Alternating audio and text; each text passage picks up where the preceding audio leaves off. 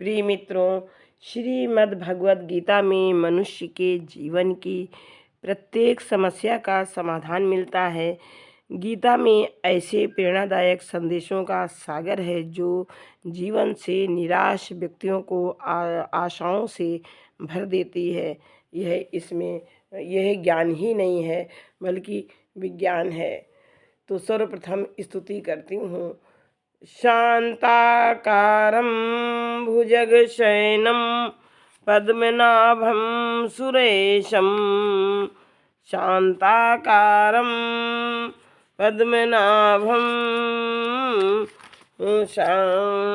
सुरेशं विश्वाधारं गगनसदृशं मेघवर्णं शुभांगं लक्ष्मीकान्तं कमलनयनं योगभिर्ध्यानगम्यं वन्दे विष्णुं भवभयहरं सर्वलोकैकनाथं।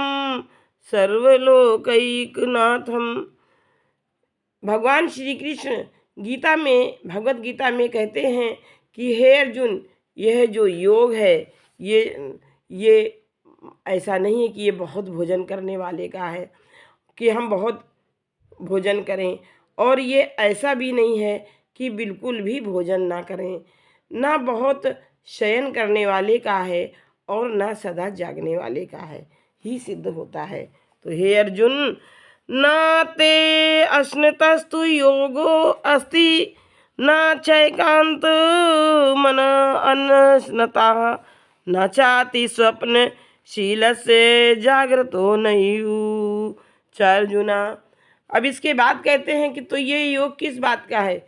युक्ता आहार विहारस्य युक्त चेष्टस्य कर्मसु युक्त सो स्वप्न अवबोधस्य योगो भवति दुःखः।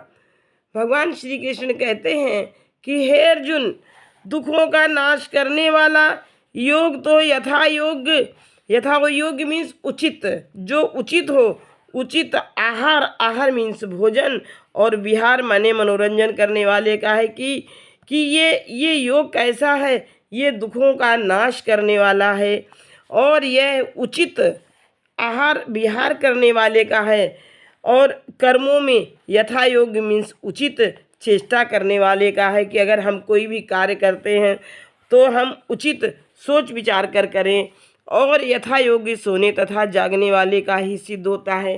तो भगवान श्री कृष्ण गीता में इस उपदेश को बताते हैं। यह श्रीमद् भगवत गीता के 6वें अध्याय का अध्याय 6 का, और ये 16वां और 17वां श्लोक है, जिसमें कहते हैं कि युक्त आहार विहारस्य युक्त चेष्टस्य कर्मसु युक्त स्वप्न अवबोधस्य योगो भवति दुःखः। भगवान श्री कृष्ण कहते हैं कि यह जो गीता का ज्ञान है यह दुखों का नाश करने वाला, और ये कैसा है कि प्रत्येक व्यक्ति को, प्रत्येक मनुष्य को उचित आहार, हमें क्या करना चाहिए कि उचित आहार लेना चाहिए जो हमारे शरीर का पोषण करे, ऐसा आहार हो और ऐसा ही हमारा विहार, मतलब ऐसा ही भोजन हो और ऐसा ही मनोरंजन हो। युक्त चेष्टस्य कर्मसु, और हम जो भी कार्य करें, ऐसा नहीं कि जो इसमें कहा गया है गीता में कि कर्मण्येवाधिकारस्ते मा फलेषु कदाचन मा कर्म फल हेतुर्भू मा ते संगो अस्ति अकर्मणि। तो ये क्या है कि हम कोई भी युक्त चेष्टस्य कर्मसु, कोई भी कार्य करें उसमें उचित कार्य करें, युक्त चेष्टस्य युक्त स्वप्न अवबोधस्य, और हम उचित सही समय पर सोवें और सही समय पर हम जागरण करें। ये इन 4 बातों का यह विज्ञान है। इसके आगे भगवान श्री कृष्ण कहते हैं कि यदा विनियतं चित्तम आत्म एवावतिष्ठते निष्पृहा सर्वकामेभ्यो युक्त इति उच्यते। तदा अत्यंत वश में किया हुआ चित्त या ये मन जिस काल में परमात्मा में ही भली भांति स्थित हो जाता है, उस काल में संपूर्ण भोगों से स्प्रिया रहित पुरुष योग युक्त है, ऐसा कहा जाता है।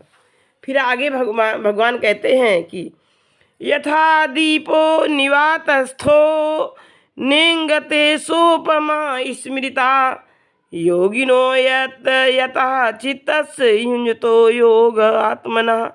जिस प्रकार जिस स्थान में वायु ना हो उस स्थान में स्थित दीपक चलायमान नहीं होता है, कि जिस स्थान में अगर हवा नहीं है तो वहाँ पर दीपक भी नहीं जलता है। तो इस प्रकार से वैसी ही उपमा परमात्मा के ध्यान में लगे हुए योगी के जीते हुए चित्त की कही गई है कि यत्र यत्र उपरमते चित्तम निरुद्धम योग सेवया यत्र चैवात मनात्मानं पश्यत न आत्मनि तुष्यते। योग के अभ्यास से निरुद्ध चित्त जिस अवस्था में उपराम हो जाता है और जिस अवस्था में परमात्मा के ध्यान से शुद्ध हुई सूक्ष्म बुद्धि द्वारा परमात्मा को साक्षात्कार करता हुआ सच्चिदानंद घन परमात्मा में ही संतुष्ट रहता है। तो यह चार बातें, सबसे पहले तो जीवन जीने के लिए ये चार बातें बहुत ज़रूरी हैं, जो कि हमारे शरीर के और मन के संताप को भी दूर करती हैं। हम शरीर और मन से तभी स्वस्थ रह सकते हैं जब हम उचित समय पर